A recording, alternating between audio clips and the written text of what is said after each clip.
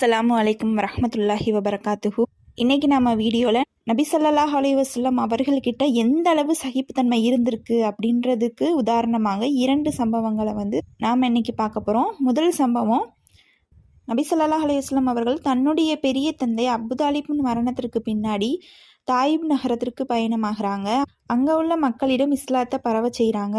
ஆனால் அங்கே உள்ளவங்க யாருமே இஸ்லாத்தை ஏற்றுக்கிறாம நபி ஸல்லல்லாஹு அலைஹி வஸல்லம் அவங்கள தாயிப் நகரத்திலிருந்து விரட்டி அடிக்கிறாங்க.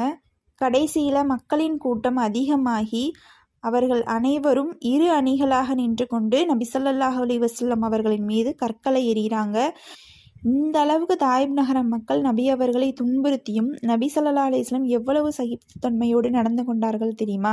அவங்க தாயிப் நகரத்திலிருந்து மக்கா நோக்கி திரும்பும் வழியில் கர்னுல் மனாஜில் அப்படின்ற இடத்தை அடைந்த போது அல்லாஹ் அவர்களிடம் ஜிப்ரீலையும் மலைகளின் வானவர் மலக்குல் ஜிபாலையும் அனுப்பி வைக்கிறான்.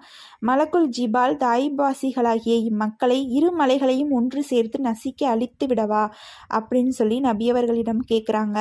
அதற்கு நபி ஸல்லல்லாஹு அலைஹி வஸல்லம் அவங்க என்ன சொன்னாங்க தெரியுமா?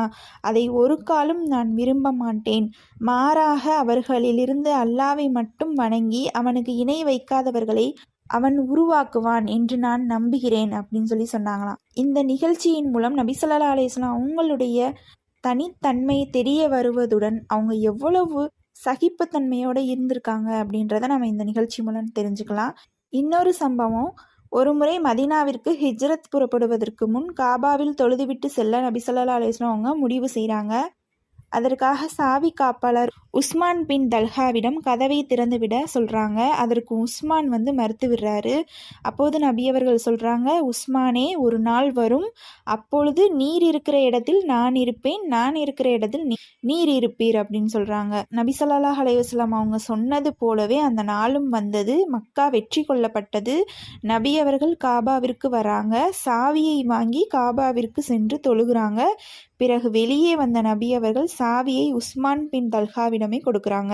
நாமளாக இருந்தால் அந்த இடத்துல எப்படி நடந்திருப்போம்? நான் சவாலில் வென்று விட்டேன் அப்படின்னு சொல்லி அவனை வெளியில் துரத்திருப்போம். ஆனால் நபி ஸல்லல்லாஹு அலைஹி வஸல்லம் அவங்க அப்படி செய்யாமல் தனது சகிப்புத்தன்மையை அங்கு வெளிப்படுத்தி நாம் எப்படி நடந்து கொள்ள வேண்டும் அப்படின்றதுக்கு ஒரு முன்மாதிரியாக இருந்திருக்காங்க. இன்று சகிப்புத்தன்மை மதங்களுக்கிடையே மட்டுமல்ல, ஒரே மதத்தை பின்பற்றுபவர்களிடம், ஒரே ஊரை சேர்ந்தவர்களிடம், ஒரே குடும்பத்தை சேர்ந்தவர்களிடம் கூட சகிப்புத்தன்மை இல்லாமல் இருக்குது.